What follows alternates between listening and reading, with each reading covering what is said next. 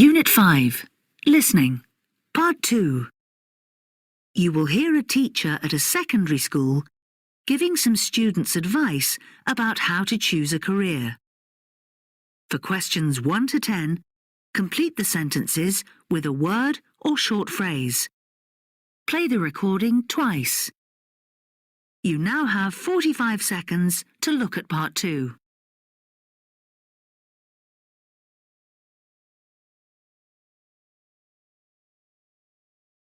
Good morning, everyone.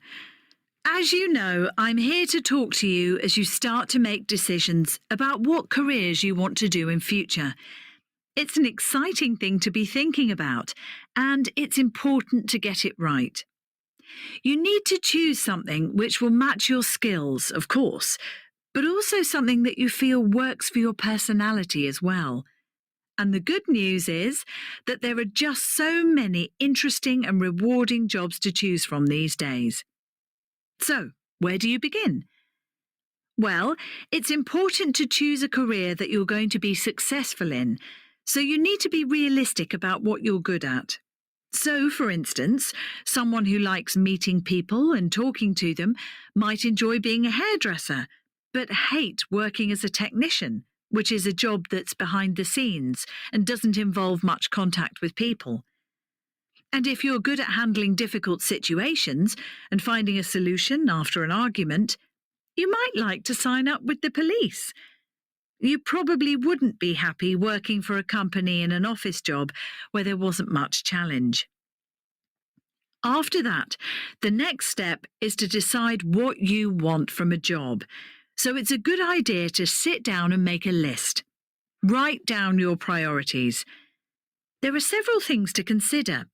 For example, do you want a job which gives you satisfaction and makes you feel that you've done something worthwhile at the end of the day? Alternatively, is it important that you'll get promotion after a few years? These are things you really have to consider before you make any decisions. Now, when you've reached that stage and decided that a particular job might be for you, you should find out if there are any qualifications that you need. Do you have to have a degree to do the job, or will they accept you for training without one? Knowing that might affect decisions about what you do here at school. Moving on, another factor to consider is where the jobs you'd like to do are located. If you want to become a teacher or a nurse, there are jobs all over the country. But if you want to be a chemist, and work in a pharmaceutical company, there are fewer jobs, and they may not be near where you live.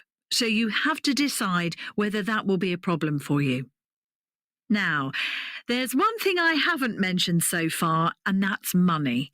I would say it's important to realise that it isn't the chief consideration when it comes to making career choices now, although it may become increasingly important as you get older. The most important things at the moment are interest and enjoyment, and finding something you have the ability to do. And there's something else I'd like to point out. I definitely say that if you have a real passion for something, then see if there's a job you can do related to it. So if you love cooking, why not think about becoming a chef? It may turn out to be just the job for you. There's one final suggestion I'd like to make.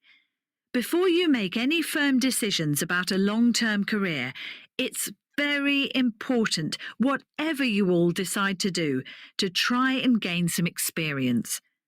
Any is better than none.